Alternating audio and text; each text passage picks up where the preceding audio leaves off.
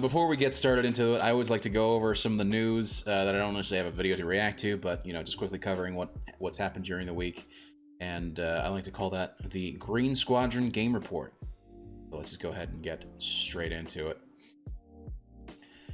Starting off the week, and as I said, this is going to be a pretty busy week.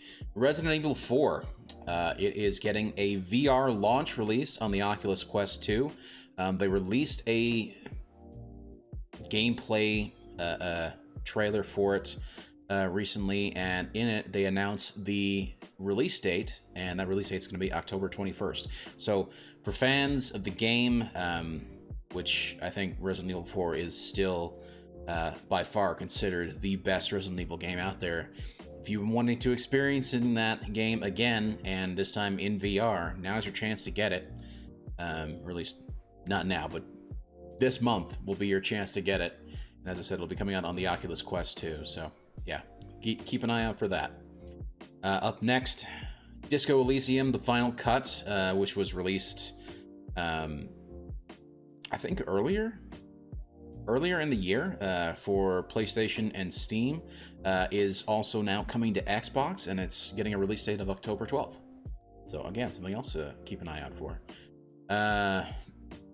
Speaking of new games, Hasbro's, they recently acquired, I'm not sure if they merged or acquired, but they have some sort of ownership stake in Wizards of the Coast, the people who make Magic the Gathering. And with them, they are creating a new video game division. Now, this isn't really news. We've known this since like back in February. But what we didn't know is that they are actually starting to work on their first project, and their first project is going to be a G.I. Joe third-person game. No real news. Really, the news, this comes out of some job postings that Wizards of the Coast has put out for this new studio. So, not really a lot of information on that, but we just know they're working on a G.I. Joe game, which I think is pretty cool. I think that'll be pretty fun, depending on what they decide to do with it, so that'll be pretty cool. Going from one publisher to another, Activision Blizzard, the shitstorm that's been going on with them over the last, gosh, what, year or so now? Activision, they have taken, they are taking, sorry, I was reading my notes, and just for whatever reason, I misunderstanding what I was actually writing on that. But anyway, they're taking an out-of-court settlement with the SEC and the EEOC for $18 million. So remember, I think it was last week or the week before, the SEC had just announced that they were going to be adding their own investigation to the list of things that Activision Blizzard were already being investigated for. And it was a quote-unquote wide-range investigation. And I immediately said, yeah, they're just wanting their piece of the pie, and I think this is exactly it. They're getting their piece of the pie now. Now, I think the EEOC was the department that was already putting a lawsuit against them. Maybe I could be wrong on that. Maybe that's just the department that was actually running the investigation for the lawsuit, and maybe it's a different department that actually filed the lawsuit. But in either case, both the SEC and the EEOC, they had a joint settlement with Activision that's out of court. Now, also keep in mind, this still needs to be approved by the judge in the court case. So this is still technically pending, but it looks like it's most likely going to happen. They're saying that the $18 million is going to go to any valid claimants. That was the term that I saw. So anyone who they say are valid victims of the whole Activision. Well, it's really Blizzard. It was really the Blizzard issue, but that's going to go to them, and a mix of them and any sort of charities. So it's kind of an interesting story, but as I said, I don't think a lot of this money is actually going to go to either. I think most of this money is going to go to the SEC and the EEOC. It's essentially Man, particularly the SEC in question, it just seems like they were just trying to get involved so they can get some cash out of Activision Blizzard. With them already under investigation by a different department, they thought, hey, let's just pile on and see if we can't get some cash out of this. And I think that's exactly what's happened. So, yeah. Particularly as the guy who was responsible for all these shenanigans was already fired unceremoniously last year. Most likely for the shenanigans. So, I don't know how much, what else is really going to solve anything here. It's really not. So... yeah, it's a shit show all around. So really not much else to say. In other news, in lighter news, thankfully, good news, Battlefield 2042 has finally confirmed the dates for their open beta. The dates we're getting is October 8th and 9th. It's a 2-day beta because reasons, but it'll give people some time at least to be able to play it, check it out, and give EA and DICE the chance to try and balance the game a little bit more, see what's, unbalanced, see where the meta is, see where they can tweak weapons here and there. So, yeah. And then on top of that, EA Play members will actually be able to get access to it on October 6th, so 2 days extra. So EA Play members are going to be able to get 2 extra days, so they'll get a total of 4 days access to this open beta, and then non-EA Play members will be able to have, take part in the 2-day beta. So, yeah, nice to see that they're going to do that. As I said, the launch date I think is October 19th. I may be wrong on that, but it's not October, November 19th. So they may still do another one after this. Not entirely sure. Just trying to look through my previous show's notes here.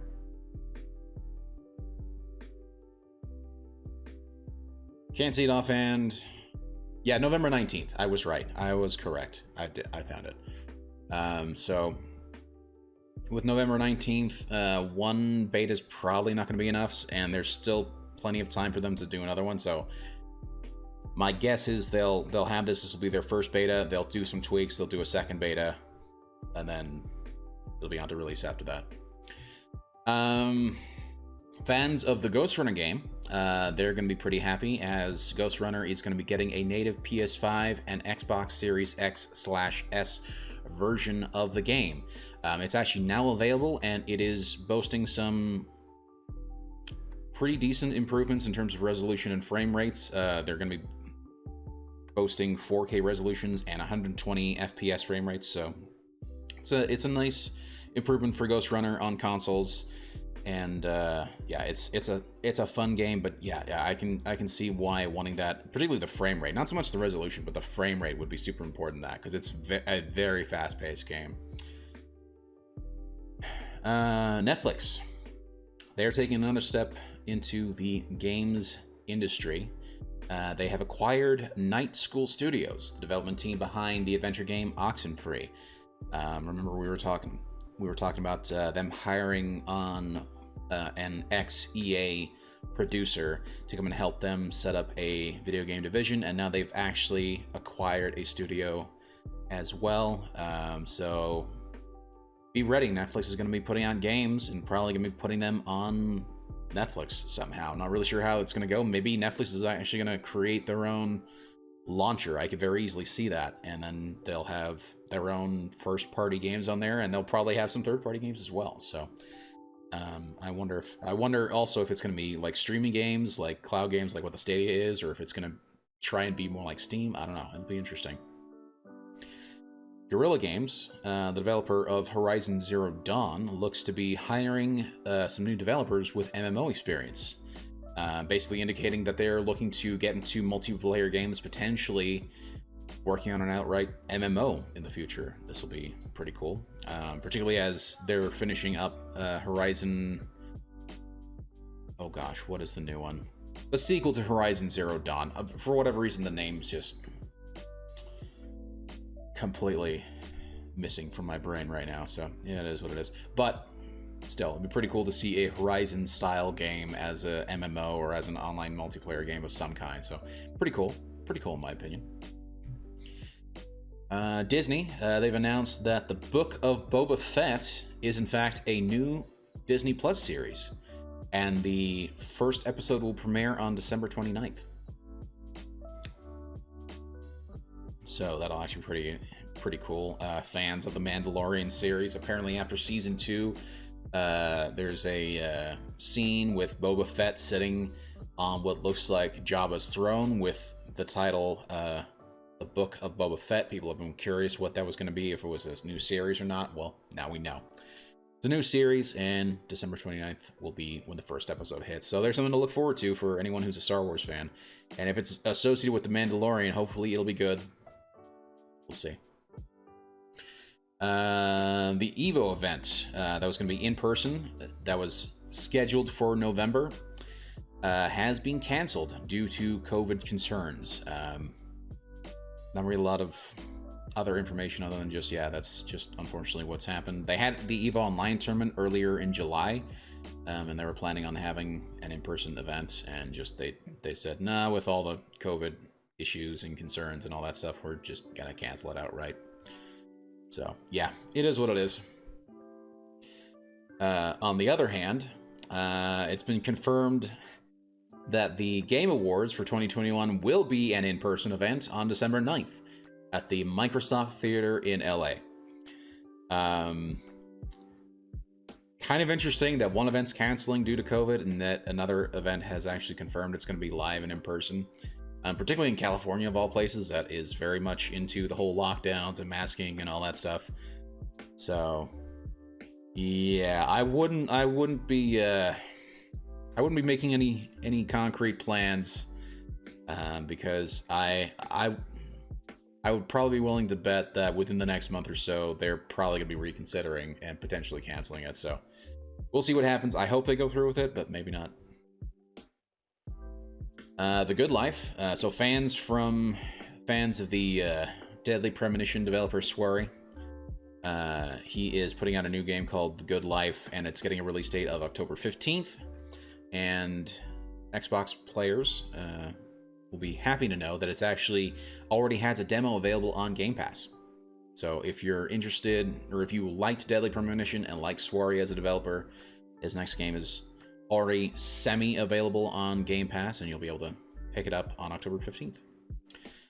Monster Hunter Rise, another game, is coming to Steam on January 12th with a bunch of graphical and performance improvements, including 4K resolutions, 120p, 120 FPS, not 120p. That's a horrible resolution.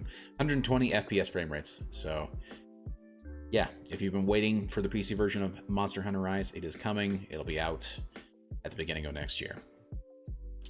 In other news and acquisitions, Sony has acquired Blue Point Games. If you're unfamiliar, they are the studio behind a lot of PlayStation's remakes and ports of basically existing titles. They've done a whole bunch of stuff, from really porting over like the God of War series and a whole bunch of other first-party titles from Sony. And it's actually kind of funny because I thought they were already a big part of Sony already. I thought they were already acquired by Sony. Apparently I was completely wrong on that, so that's kind of interesting. Blooper Team, the team behind Layers of Fear, has just announced a new, well, not just, but no, it was today at TGS, has announced a new Layers of Fear game. Yeah, I don't really have a lot of reference to it. I know my coworker at work who loves horror games loved Layers of Fear. So if you're a fan of Layers of Fear, there's a new one coming out. Not a lot of details, but yeah. I think they even put out a teaser trailer for it at TGS. So I just don't really care for the horror game, so we're not going to be checking it out. But yeah, just thought you guys should know. Square Enix has announced a new minimalist RPG called Dungeon Encounters, and it's set to release on October 14th for PS4, Switch, and Steam. Kind of sad that there's no love for the Xbox, but hey, I get it. But yeah, I think it's actually kind of funny though. So they announced it. They announced it at TGS today, and then basically came out and said, "Oh, by the way, it's also coming out in 2 weeks." So kind of interesting that they're doing that. Bandai Namco. messing up the name. They've announced at TGS that they're actually rebranding their corporate logo. So the typical Namco Bandai logo that you guys have probably seen over the last, 20 plus years, they're changing it, and it looks completely different. I'm not actually really sure how I feel about it, but it is what it is. In fact, I just want you guys to see this because I'm actually not a fan of this.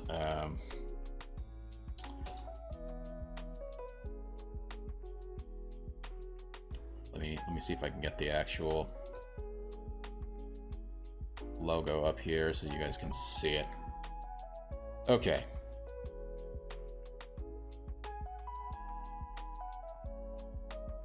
So this is it. Well, okay, so let's just go to the images. Here's the old one. The one on the left with the orange and red is the old Bandai Namco logo. The one on the right is the new one. I don't like it. It just seems, I don't know. It just seems so much more bland in comparison. This one's really eye-catching. This one is just sort of meh. Like it's just got like some sort of weird, almost like a comic book border to it, making it look almost like a, like not a comic book, but like a blurb from a character talking in a comic book. Like I don't think it's that great. I actually much prefer the original. Would have been nice to see them maybe like reimagine the original Bandai Namco logo, but it's their company, they can do what they want. I'm not, in fact, speaking of which, according to this, causes mass controversy amongst fans. I don't think people are liking it, so I'm not the only one. I'm glad to hear.